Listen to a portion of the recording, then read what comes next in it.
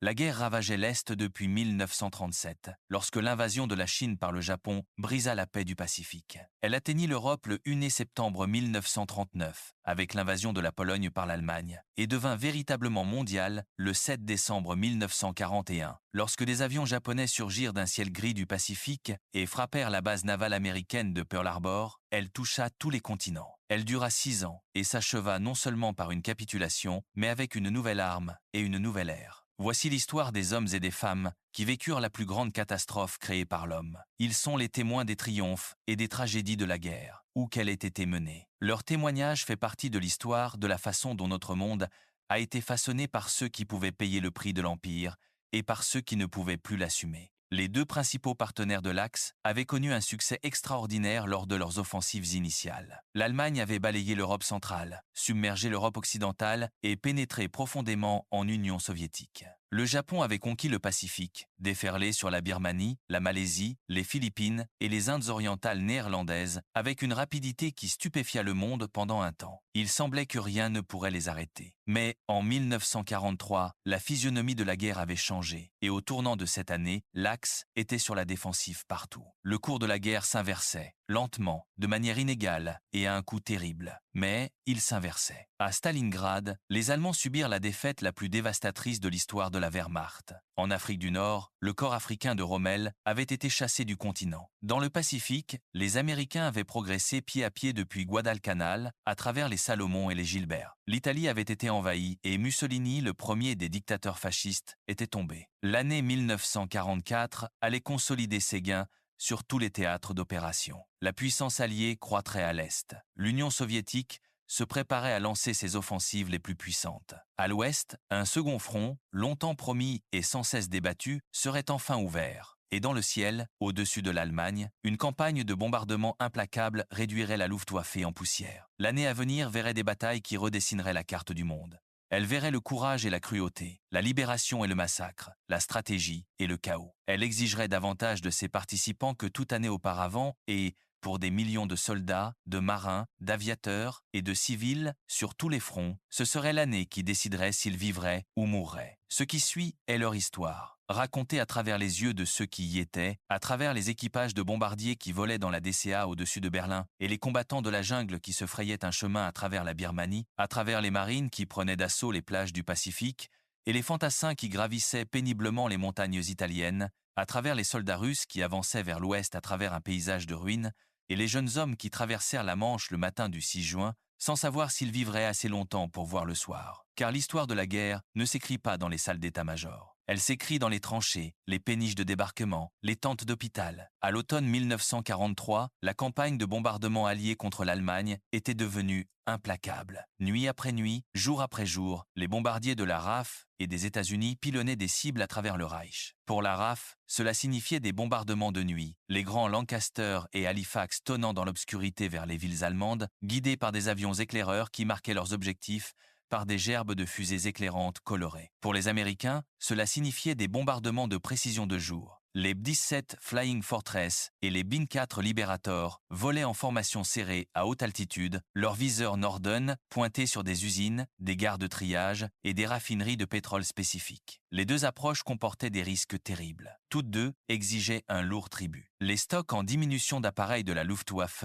qui auraient pu apporter une contribution précieuse sur le front de l'Est, furent au contraire affectés à la défense des villes et de l'industrie allemande. Et, à leur côté, des dizaines de milliers de militaires furent détournés d'autres tâches pour armer les batteries antiaériennes, déblayer les décombres et combattre les incendies qui pleuvaient du ciel. Pendant 6 mois, de septembre 1943 jusqu'au dernier jour de mars 1944, les bombardiers arrivèrent, et à partir de janvier, ils furent soutenus par des escortes de chasseurs à long rayon d'action, avec l'entrée en service du P-50 et un Mustang, un appareil qui changea les règles du calcul de la guerre aérienne. Du jour au lendemain, les hommes qui volaient lors de ces missions vivaient dans un monde que peu de gens au sol pouvaient imaginer. Un aviateur se souvenait des conditions. Nous volions à 30 000 pieds sans chauffage dans l'avion, donc il faisait vraiment froid. Nous avions une combinaison de vol qui ressemblait à une couverture électrique avec une prise au niveau du nombril, reliée par un câble que nous pouvions brancher à l'avion, ce qui chauffait notre tenue et la rendait très confortable. Nous allions bien. La peur était universelle. Et les chances de survivre à un tour complet d'opération étaient, loin d'être certaines, vingtaine. Le Bomber Command, sous les ordres de l'Air Marshal Arthur Harris, poursuivait sa concentration sur les villes allemandes, encouragé par les raids dévastateurs qui avaient déclenché une tempête de feu sur Hambourg, tuant plus de 40 000 personnes en une seule nuit. Harris tourna son attention vers la capitale. Ce qui suivit fut connu sous le nom de bataille de Berlin. Harris était convaincu que si Berlin pouvait être détruite de bout en bout, la guerre pourrait être gagnée depuis les airs. Le Führer, de son côté, se déplaçait dans Berlin, avec les rideaux tirés dans sa voiture, afin de ne pas voir les dégâts infligés à sa capitale. Mais les raids intensifs ne parvinrent pas à paralyser la ville. La navigation au-dessus d'une Europe plongée dans le noir était autant un art qu'une science, comme le décrivit un navigateur. Au moment où j'y suis arrivé, nous avions quelque chose appelé GH. J'avais un écran en tant que navigateur dans ma partie de l'avion qui me permettait de savoir exactement où je me trouvais s'il y avait une couverture nuageuse, ce qui était généralement le cas, et j'utilisais cela. Sinon, je devais simplement faire de l'estime et essayer de reconnaître la dérive. Couverture nuageuse, DCA, projecteurs, chasseurs de nuit, les dangers se multipliaient à chaque mille parcouru plus profondément en Allemagne. En ce qui concernait l'attaque d'objectifs militaires et industriels, les résultats pouvaient être dévastateurs. En février 1944, un effort concentré connu sous le nom de Big Week vit la RAF ainsi que les 8e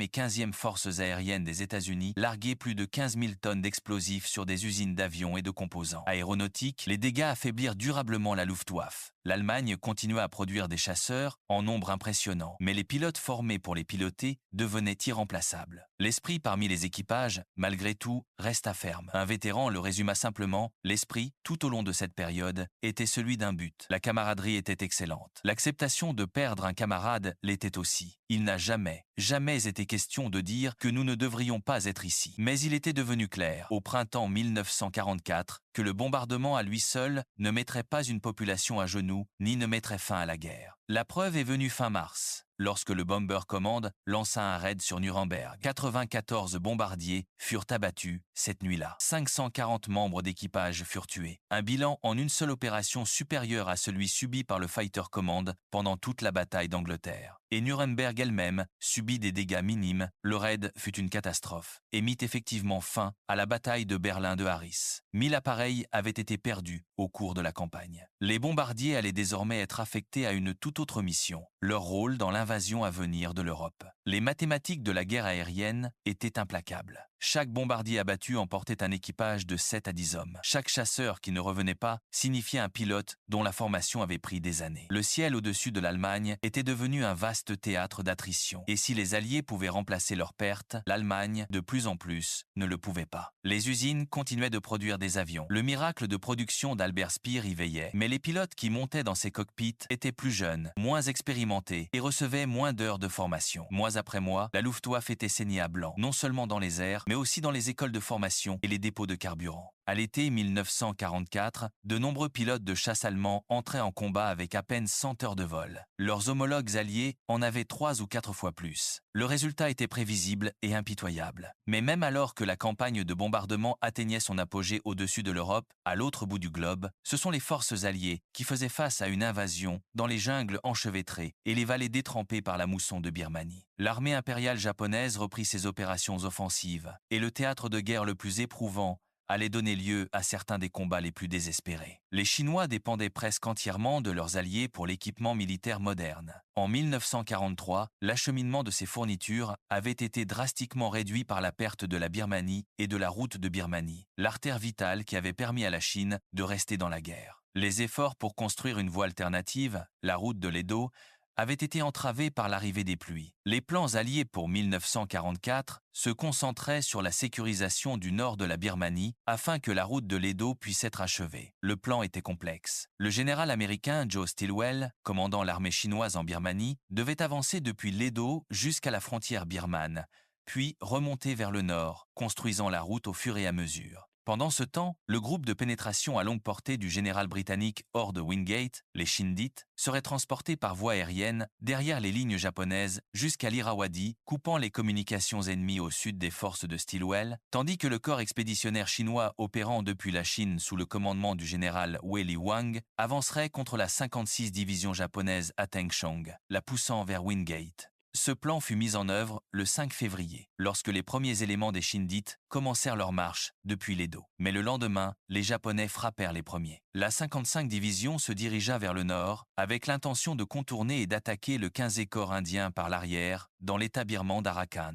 C'était une manœuvre audacieuse, le genre de mouvement de débordement qui avait brisé les forces britanniques en 1942. Mais cette fois, le résultat fut différent. Pour la première fois, les troupes britanniques et indiennes repoussèrent avec succès une attaque japonaise. Le mythe de l'invincibilité japonaise dans la jungle commençait à se fissurer. Un soldat qui avait combattu dans l'Arakan se souvenait avec une grande précision de la réalité du combat dans la jungle. J'étais éclaireur avancé, à environ 100 yards, devant le reste de la section. On ne voyait vraiment rien. Tout ce qu'on voyait, c'était un immense mur de verdure. Tout à coup, un coup de feu a retenti. Je ne pouvais pas avancer, car je ne savais pas combien de Japonais étaient là. Il n'y avait eu qu'un seul tir. Quand ils ont touché notre caporal, je m'attendais à être abattu en le ramenant en arrière. Les Américains ont bombardé le sommet de la colline où se trouvaient les Japonais, et ils se sont retirés pendant la nuit. Ainsi se termina cet épisode. Début mars, les Shindites furent transportés par avion dans la vallée de Kokei et, pour une fois, une opération aéroportée se déroula bien. Une première tentative japonaise pour déloger la force fut facilement repoussée.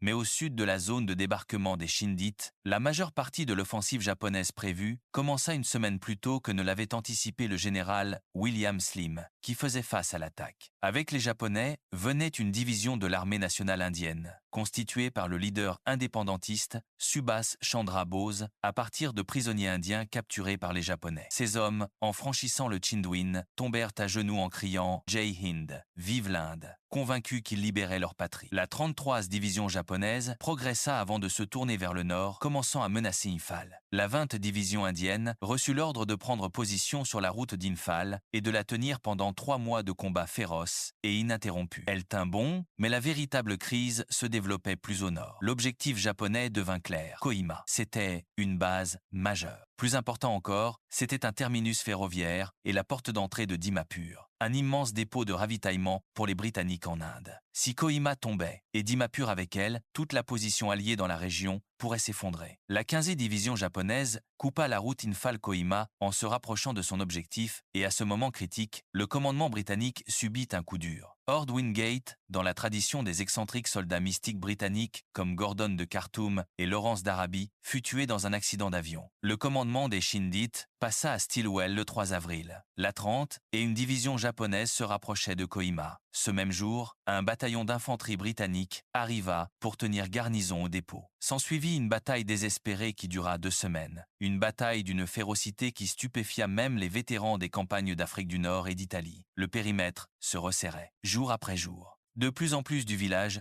tombait lors de violents combats au corps à corps. Parfois, à moins de 15 mètres, séparaient les lignes de front. Les combats étaient médiévaux dans leur intimité, des hommes tuant à une distance mesurée en longueur de bras, ce qui se rapprochait le plus d'une guerre de tranchées dans la campagne de Birmanie. La garnison survécut grâce au ravitaillement parachuté. Nous vivions grâce au ravitaillement parachuté. Vous savez, se souvenait un défenseur. Il larguait les rations en parachute, ce que les Japs n'avaient jamais. Rien de tel. Et cette différence de ravitaillement s'avéra décisive. L'incapacité du Japon à ravitailler et soutenir ses troupes signifia que 60% des 74 millions de pertes militaires japonaises pendant la guerre furent dues non pas à l'action de l'ennemi, mais à la faim ou à la maladie. Le 18 avril, un bataillon Panjabi et un détachement de chars réussirent à percer jusqu'à Kohima. Les défenseurs avaient subi 300 pertes, mais ils avaient tenu. Vint alors l'ordre de repousser les Japonais.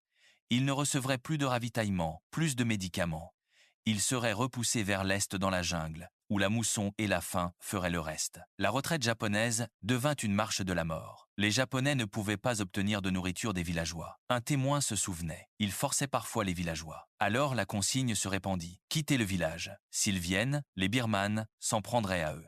Ce sont de nouveaux venus. Vous nous avez malmenés. Et maintenant, ils ont commencé à en tuer certains. Ils étaient donc dans un état terrible. Une armée qui avait terrorisé l'Asie se dissolvait dans la boue. Le 11 mai, le général Wei Li Wang lança son offensive depuis la Chine. À la mi-juin, la route Kohima-Imphal fut rouverte. La défaite japonaise en Birmanie fut, à tous égards, catastrophique. La pire défaite terrestre de l'histoire de l'armée japonaise. Sur les 85 000 hommes qui avaient franchi le Chinduin avec tant d'assurance en mars, plus de 50 000 étaient morts, blessés ou brisés par la maladie. Les chemins de la retraite étaient jonchés de corps de soldats morts de faim là où ils étaient tombés. Les pluies de mousson emportaient les eaux vers les rivières et la boue. Ce fut une défaite si totale qu'elle brisa le mythe de l'invincibilité du soldat japonais, non pas sous l'effet de la technologie alliée ou de la supériorité numérique, et le fanatisme qui avait porté les Japonais si loin se retourna désormais contre eux sur le champ de bataille Inde-Birmanie. La Birmanie n'était pas le seul théâtre d'offensive dans le théâtre Asie-Pacifique. En 1944, après la prise et la sécurisation des îles Marshall et Gilbert,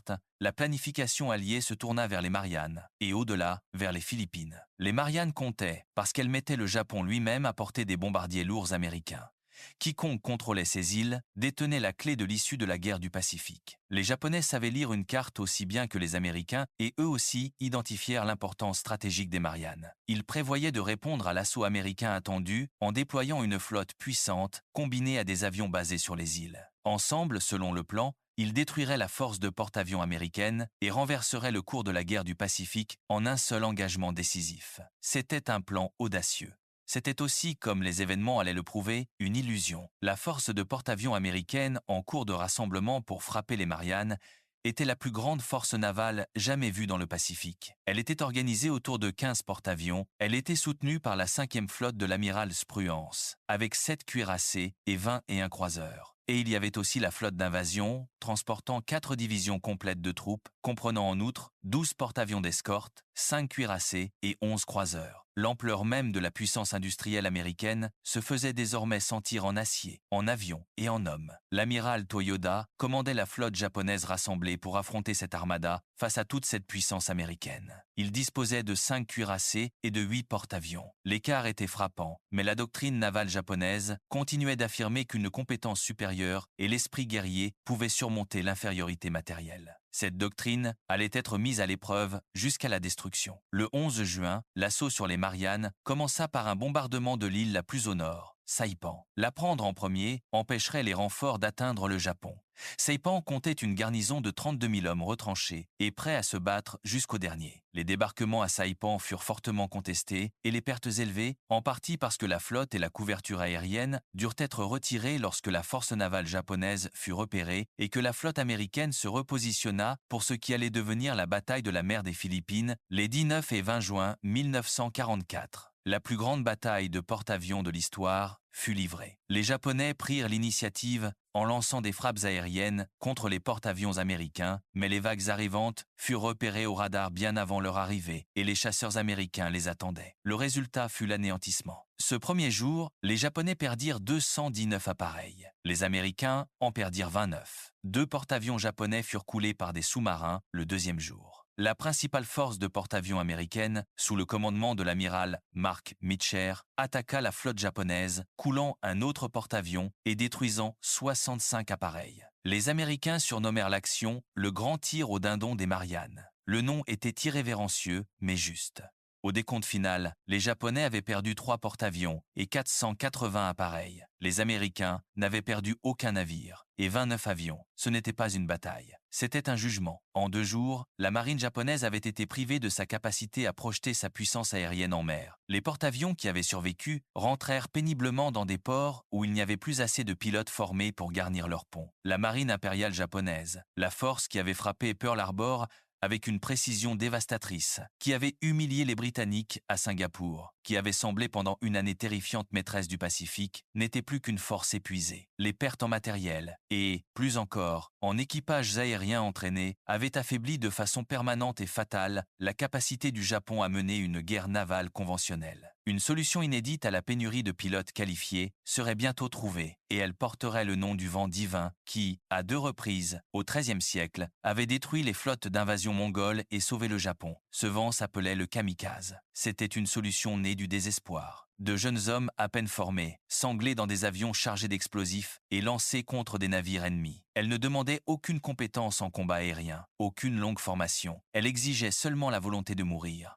Et le Japon de 1944 ne manquait pas de jeunes hommes prêts à mourir pour l'empereur. De retour à Saipan, les combats se poursuivaient avec une intensité terrifiante. L'île n'était pas grande, environ 23 km de long sur 8 de large, mais chaque grotte, chaque champ de canne à sucre, chaque ravin devait être nettoyé. Les Japonais se battaient avec une ténacité qui dépassait la doctrine militaire pour s'apparenter à une conviction presque religieuse. La reddition était impensable. Mourir au combat était le plus grand honneur, et ce code s'appliquait non seulement aux soldats, mais, dans l'esprit de beaucoup, aux civils également. Le 6 juillet, les commandants japonais sur l'île ordonnèrent une ultime attaque suicide, un gyokuzai, un écrasement du joyau, puis ils se suicidèrent. Le lendemain, leurs ordres furent exécutés. 3000 soldats japonais se lancèrent à l'assaut des lignes américaines lors de la plus grande attaque Banzai de la guerre du Pacifique. Lorsque la bataille fut terminée, 26 000 Japonais étaient morts. Les pertes américaines s'élevaient à 3426. Mais l'horreur ne s'arrêta pas aux soldats. Un militaire américain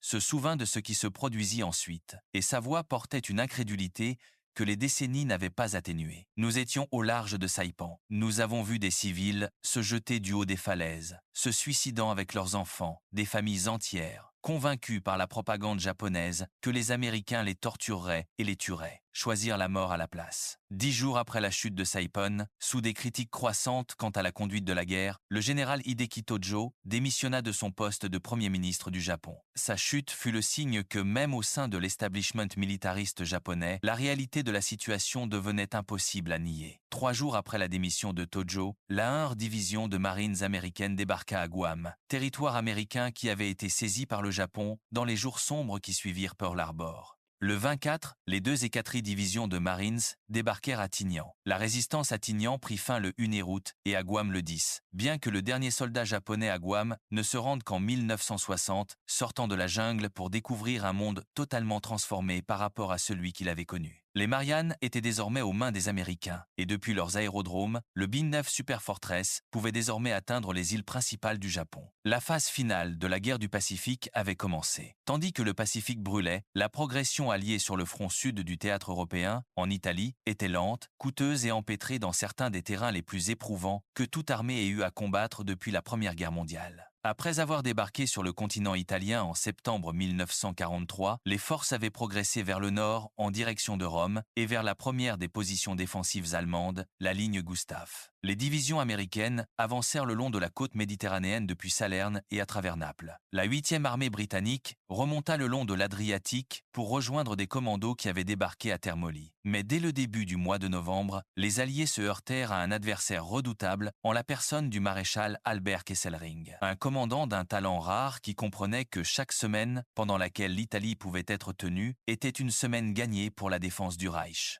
À la fin de novembre, Montgomery lança la 8e armée contre la ligne Gustave et atteignit les défenses à l'est. Mais au début de 1944, tant Eisenhower, en tant que commandant suprême allié, que Montgomery furent retirés d'Italie pour se concentrer sur la planification de l'invasion de l'Europe du Nord. L'Italie devint, selon l'expression de Churchill, un théâtre secondaire, bien que personne ne l'ait dit aux soldats qui s'y battaient encore en janvier 1944. Et malgré des pertes de 4,5 millions d'hommes, les forces armées allemandes atteignirent leur effectif le plus élevé jamais enregistré, avec 9,5 millions d'hommes sous les armes. Ces chiffres pouvaient masquer la qualité de ceux désormais enrôlés pour combattre, mais la Wehrmacht, qui faisait face à la V-armée américaine du général Mark Clark, à l'extrémité ouest de la ligne Gustave, restait un ennemi redoutable. Le 22 janvier, dans une tentative de débordement de la position défensive, l'opération Shingle débarqua la 3e division américaine et la 1e division britannique derrière la ligne Gustave, en un lieu appelé Anzio. Cela devint brièvement le 4e port le plus actif du monde. Une solide tête de pont fut établie, large de 24 km et profonde de 12. Mais entre-temps, Kesselring avait ordonné l'envoi de renforts dans la zone et 6 divisions allemandes s'étaient avancées pour contenir le débarquement. Ce qui devait être une manœuvre audacieuse de débordement devint une enclave assiégée. Les troupes à Anzio pouvaient voir les monts Albins et, au-delà, la route vers Rome, mais elles ne pouvaient les atteindre. Au lieu de cela, elles s'enterrèrent, endurèrent des bombardements constants et attendirent la percée venant du sud, qui semblait ne jamais arriver. À la mi-février, les Américains lancèrent leur assaut direct sur la ligne Gustave, tentant la percée qui leur permettrait de rejoindre les forces piégées à Anzio. En moins d'une semaine, le commandant américain à Anzio avait été remplacé, sanction pour son manque de progrès. Les Allemands poursuivirent leur pression sur la tête de pont dans une opération qu'ils appelèrent Fischfang,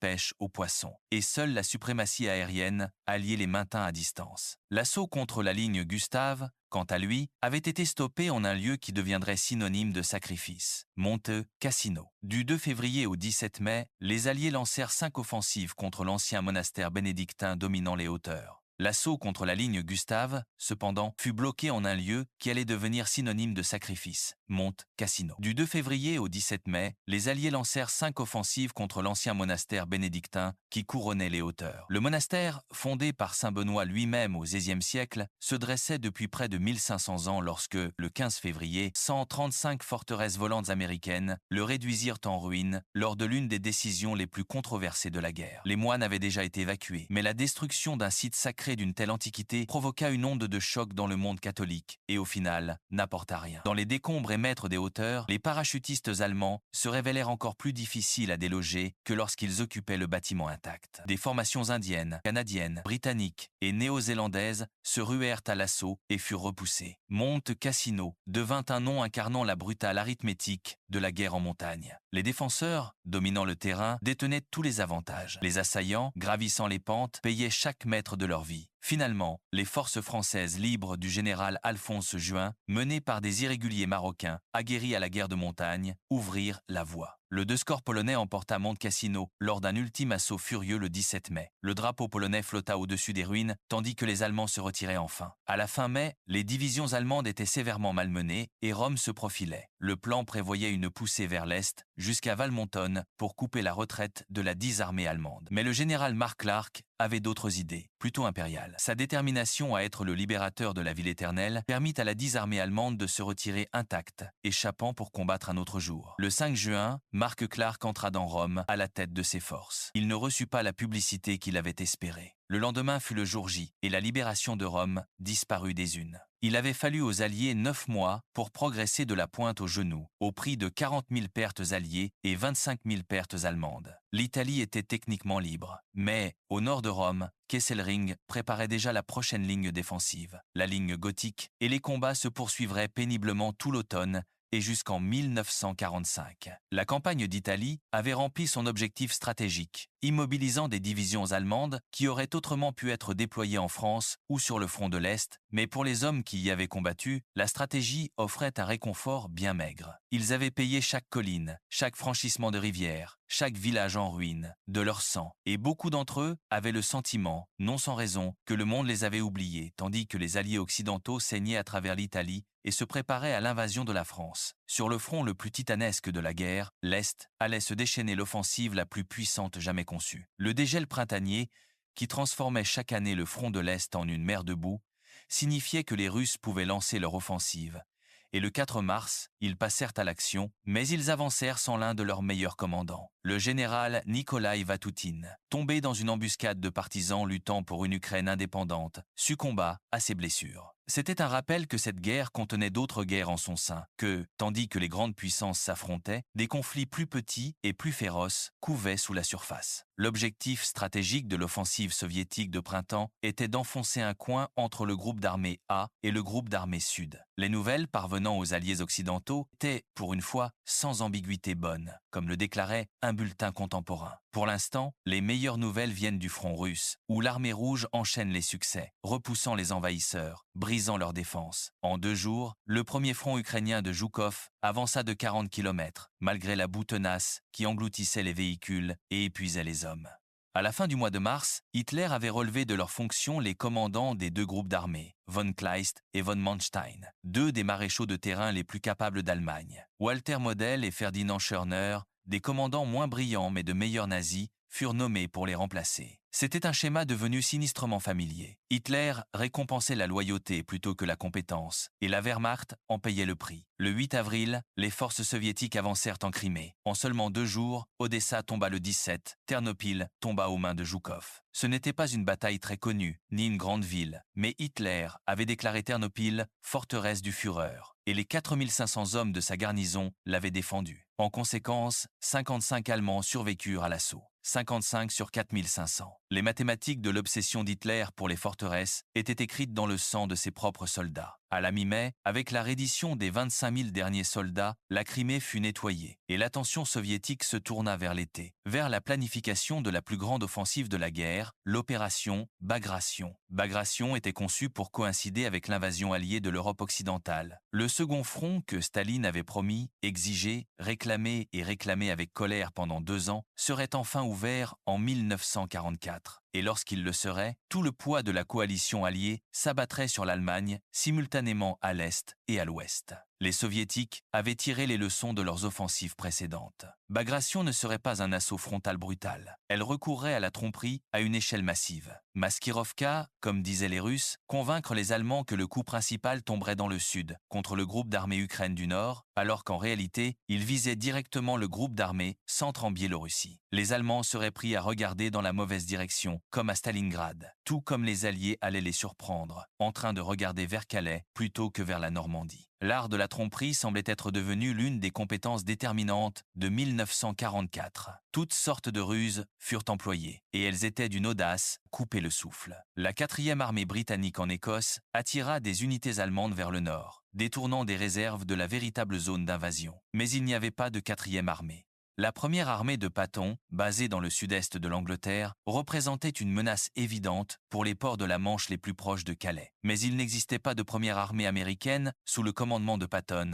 seulement des chars gonflables, des avions en contreplaqué et un déluge de faux messages radio. Pour chaque bombe larguée sur la Normandie, 3 autres l'étaient ailleurs pour maintenir les Allemands dans l'incertitude. Les Allemands dépendaient fortement des renseignements fournis par leurs agents au Royaume-Uni, mais au jour J, chacun de ces agents avait été retourné et transmettait à l'Allemagne de fausses informations. Ce fut l'un des plus remarquables succès du contre-espionnage dans l'histoire de la guerre, et les Allemands ne soupçonnèrent jamais rien. La majeure partie de la côte sud de l'Angleterre, sur une profondeur de 16 km, fut déclarée zone militaire. Des villages furent évacués, et l'invasion fut répétée encore et encore sur des plages ressemblant à celles de Normandie. 3 millions de personnels alliés furent impliqués dans cet effort. L'ampleur dépassait presque l'entendement. Eisenhower, au commandement suprême, disposait d'une équipe anglo-américaine de météorologues pour le conseiller. Ils déconseillèrent le 5 juin, date initiale, mais donnèrent un accord prudent pour le 6. Et ainsi, Eisenhower donna l'ordre. Le message disait « La marée a tourné ». Mais en privé, le poids de la décision se faisait sentir. « J'espère en Dieu », déclara Eisenhower. « Savoir ce que je fais pour les hommes qui traverseront la Manche. » Les jours précédant l'invasion furent un tourbillon de préparatifs et d'angoisse. Un soldat se souvient, nous attendions simplement, chargeant et déchargeant. Quand nous avons commencé à charger les chars, c'est là que nous nous sommes dit, ça y est. Un autre se rappelait la sécurité. On ne parlait pas d'invasion, mais il y avait beaucoup de navires. Et un troisième, avec la clarté factuelle d'un homme qui avait fait la paix avec ce qui allait arriver. Nous n'en savions pas grand-chose avant quelques jours, avant le jour J. Sauf que nous savions que nous allions envahir la France. Les petits détails de cette traversée, les détails humains, sont ceux dont les vétérans se souviennent le plus. La seule chose que nous avions à manger pendant le trajet, c'était cette nouveauté, une soupe auto-chauffante. La plupart des hommes la mangeaient, de sorte que le fond devenait brûlant, tous les légumes étaient brûlés et le dessus restait froid. Toutes sortes de choses comme ça tournaient mal. Un autre homme s'émerveillait de l'organisation.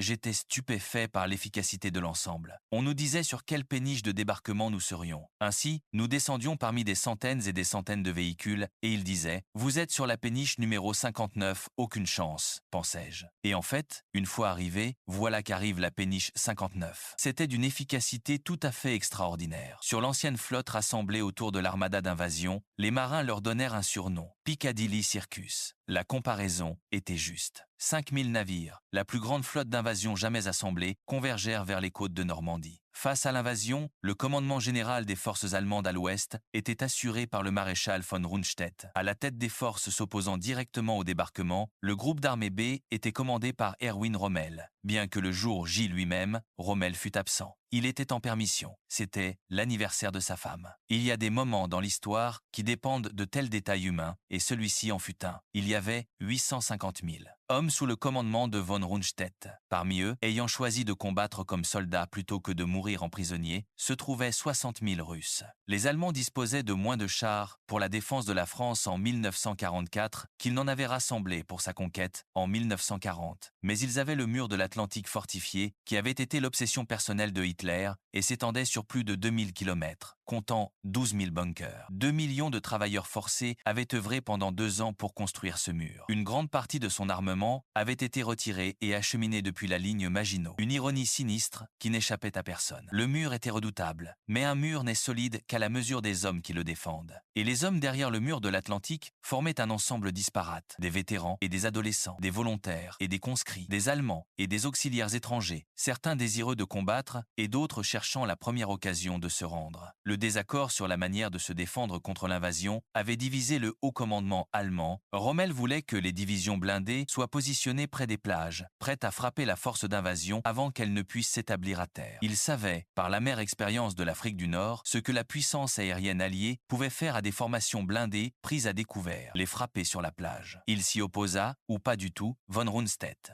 Il n'était pas d'accord. Il voulait que les blindés soient maintenus en réserve, à l'intérieur des terres, prêts à contre-attaquer en force, une fois le point principal du débarquement identifié. Hitler, fidèle à lui-même, ne choisit aucune des deux stratégies, répartissant clairement les divisions blindées dans un compromis qui ne satisfaisait personne et affaiblissait les deux approches. Ce fut une décision qui coûterait cher à l'Allemagne. L'armada d'invasion, qui appareilla pour affronter ses défenses, comprenait 700 navires de guerre dont le rôle était à la fois la défense aérienne et le bombardement côtier. 2700 navires soutenaient le débarquement, transportant les ravitaillements, les renforts et les infrastructures, sous forme d'oléoducs et de ports artificiels flottants, Mulberry, qui rendraient le débarquement viable. Et il y avait 2500 engins de débarquement. Chaque capitaine de navire reçut un livre de 700 pages d'instructions. Au-dessus d'eux, les forces aériennes alliées faisaient voler des milliers d'appareils. Les Allemands ne pouvaient leur opposer que 170 avions en état de service. Mais pour les hommes dans ces engins de débarquement, malades du mal de mer, terrifiés, serrant leurs fusils, leurs photographies et leurs prières, les plages n'étaient plus qu'à quelques minutes. Certains ne survivraient pas à l'abaissement de la rampe, d'autres combattraient pendant le plus long jour de leur vie et émergeraient d'une manière ou d'une autre de l'autre côté. Tous savaient au fond de leur ventre que les heures à venir décideraient du sort de l'Europe. Ils s'étaient entraînés pour cela, avaient écrit leurs dernières lettres, fait la paix avec Dieu ou avec eux-mêmes, et maintenant, le moment était arrivé. Le littoral français apparaissait à travers la brume grise du matin, accompagné du fracas des canons navals. Les grands cuirassés ouvraient le feu sur les défenses côtières, leurs obus hurlant au-dessus des têtes comme des trains de marchandises. Les plages avaient reçu des noms de code qui deviendraient immortels. Utah, Omaha, Gold, Juno, Sword. Chacune aurait sa propre histoire, ses propres zéros, sa forme particulière d'enfer. À certains endroits, les débarquements se déroulèrent relativement bien. À d'autres, Omaha surtout, le massacre fut presque insoutenable. Mais partout, sur chaque plage, des hommes ordinaires accomplirent des choses extraordinaires. Ils avancèrent dans une eau jusqu'à la poitrine, sous le feu des mitrailleuses. Ils gravirent des falaises qui auraient dû être infranchissables. Ils nettoyèrent des bunkers, à la grenade et à la baïonnette. Ils traînèrent des camarades blessés à couvert et retournèrent en chercher d'autres. Ils firent tout cela non pas parce qu'ils étaient sans peur, mais parce qu'ils étaient terrifiés et le firent quand même.